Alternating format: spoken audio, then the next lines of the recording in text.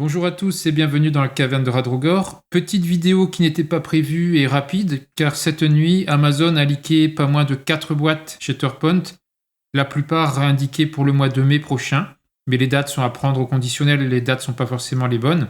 Ce sont 4 boîtes dont on connaissait la future existence, on avait vu quelques visuels lorsque AMG avait présenté un peu tout ce qui allait sortir l'année suivante, mais là on voit enfin les boîtes complètes de face et de dos.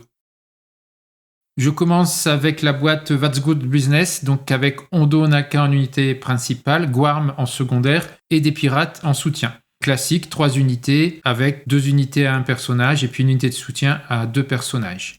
Pas beaucoup plus d'infos, vous avez ici les visuels de la boîte. Ce qui est intéressant, c'est que sur la boîte, il cite Anakin, Obi-Wan et Jedi Ahsoka Tano. Donc ça a l'air du coup d'indiquer que cette boîte sera plutôt au niveau de la guerre des clones. À voir si elle est multi-air et qu'on pourra aussi l'utiliser au-delà. Mais en tout cas, vu ce qui est écrit sur la boîte, là on est quand même plutôt sur une boîte liée à la guerre des clones. Je vous laisse regarder les visuels.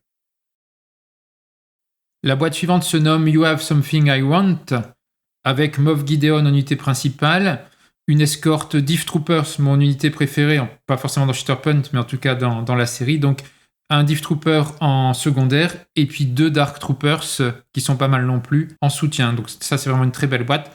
On savait que ça allait sortir, bien sûr, mais c'est bien de la voir. Que dire d'autre? A priori, ça se passera pendant la guerre civile galactique au niveau de l'air.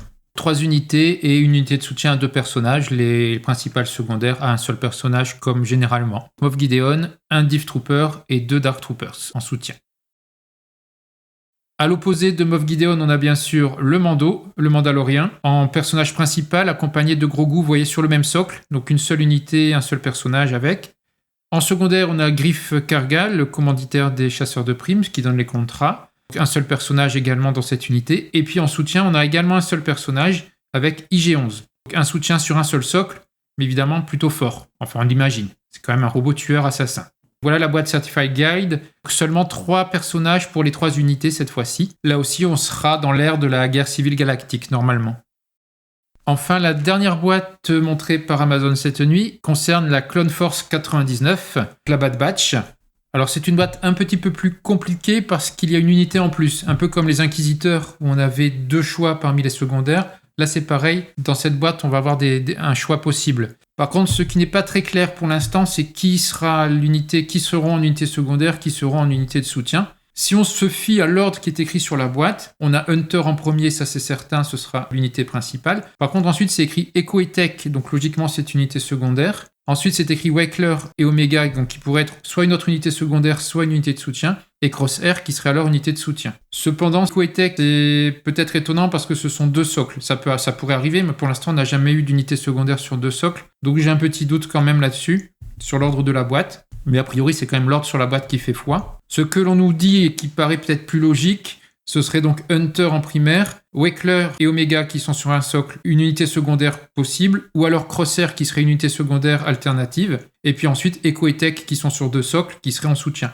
Ça paraît le plus logique, mais c'est vrai que sur la boîte, Echo et Tech sont écrits en 2e position et pas du tout en dernier. Donc je ne sais pas. Là, je ne peux pas vous dire, on n'a pas l'explication pour l'instant. Soit l'ordre est correct, mais à ce moment-là, on a une unité secondaire à 2 socles, soit Echo et Tech sont en fait des soutiens, et là, tout rentre dans l'ordre, et on a un choix entre 2 secondaires. Donc on prend soit Wakeler et Omega, soit Crosshair. Ça paraît, je pense, plus logique à suivre. Vous remarquez aussi sur la boîte à l'arrière qu'il y a plein d'alternatives, en fait, plein. Vous avez avec casque ou sans casque, en fait, sur les 5. Vous aurez la possibilité de mettre les 5 personnages à part Omega, donc de leur mettre casque ou pas casque. Je pense que je ferai comme j'ai fait avec les secondaires clones, c'est-à-dire que je mets leur tête pour les voir et je colle le casque par terre sur le socle, comme ça j'ai les 2. Je trouve que c'est sympa, comme ça on voit les visages et en même temps on a les casques à côté d'eux. Je trouve ça sympa, en tout cas c'est ce que j'ai fait jusqu'à présent, donc je pense que je ferai la même chose.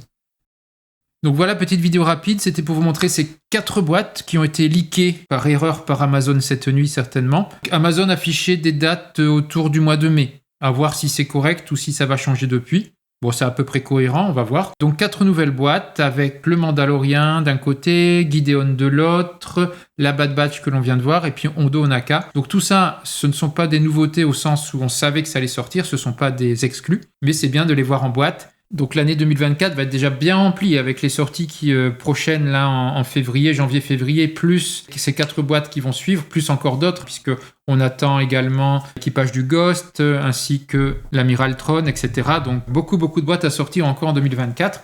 On va avoir de quoi faire. D'ailleurs, j'ai encore fait une partie hier soir, enfin encore. J'avais pas fait de partie depuis quelques semaines avec les fêtes de fin d'année et le jeu est vraiment très bien. Alors on a fait qu'une lutte en réalité, on était un peu lent pour reprendre, mais c'était vraiment très bien. On a une lutte bien serrée et c'est le principal, c'est de s'amuser avec ce jeu. Alors à très bientôt dans la caverne de Radrogor pour d'autres vidéos sur Shatterpoint, sur toutes les nouveautés à venir. Merci.